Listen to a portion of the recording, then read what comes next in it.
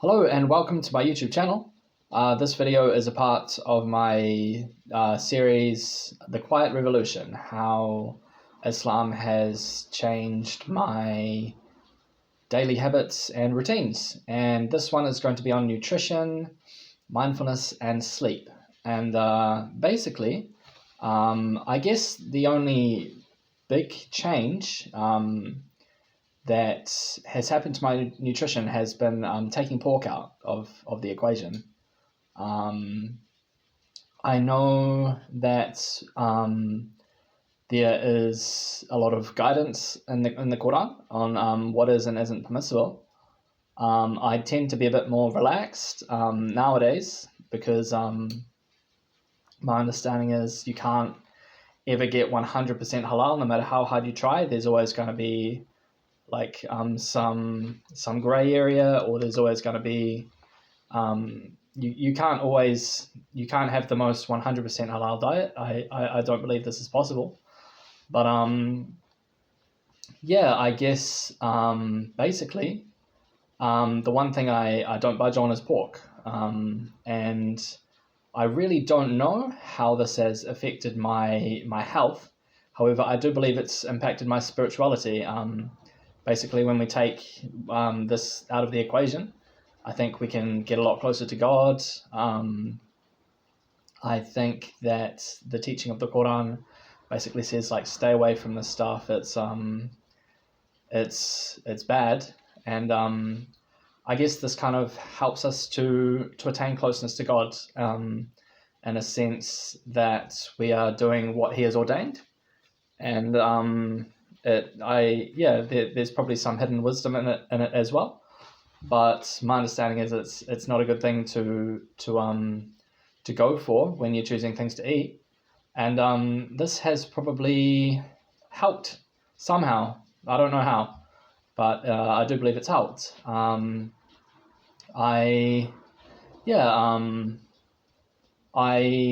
used to be very, very rigid. Even if something was even slightly uncertain, I'd stay away from it.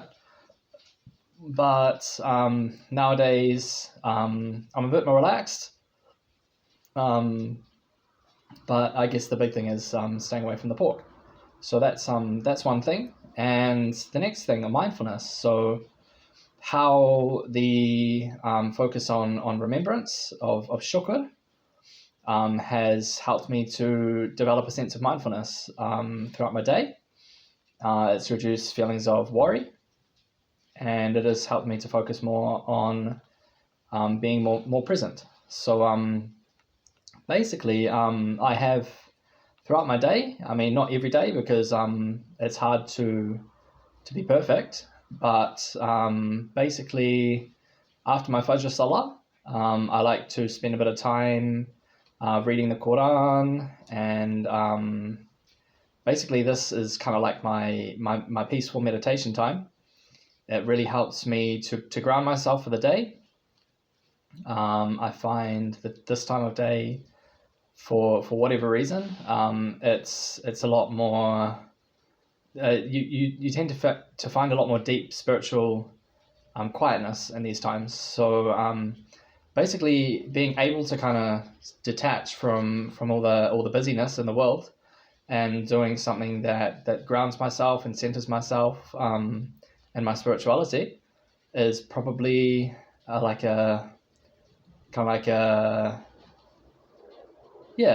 something that I do that helps me to stay on top of things. And basically, when I do this, I feel a lot closer to God, and I know for a fact that as soon as I take the Quran out of the equation and just do the prayers, essentially, it's kind of like taking away your secret ingredient, right? It's harder to feel those spiritual highs, I guess, that you feel when you're connected to God. So I don't go too far.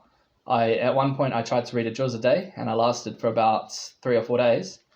But now I just read like 3 or 4 pages, and it's really, really good. And I encourage everyone who's listening to give it a go. If you're not reading any Quran, just read a couple verses or read a page. and see how this affects your spiritual state. I guarantee you it'll move you from being sad or depressed to a feeling of much greater peace. So yeah, and the last thing that I wanted to talk about to do with today's video is the transformation of my routine, to do with like when I get up, when I go to bed, aligning with the dawn prayer and the evening prayer, and having good sleep hygiene and things like that, resulting in feeling a lot more invigorated in general. So basically, I know for a fact that whenever you have good routines, when you are essentially getting the same amount of rest every night, this it's like a it's one of the keys to success, really. Like when you can have a good routine in a way that means that you are in the best sort of the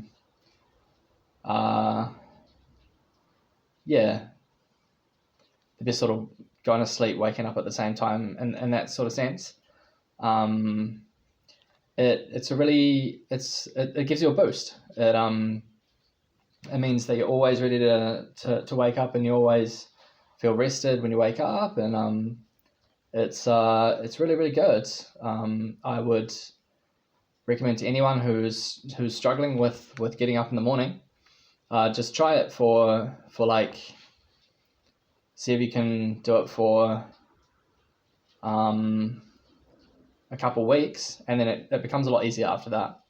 However, when it's not a part of your routine, it's really, really hard to sort of force yourself into it.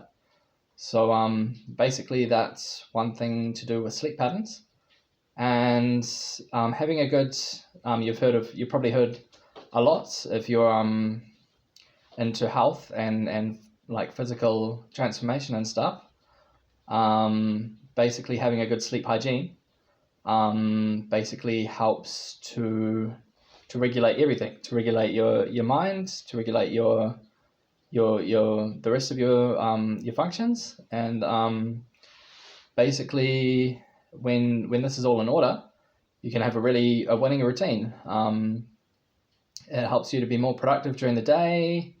It means you're getting better rest, and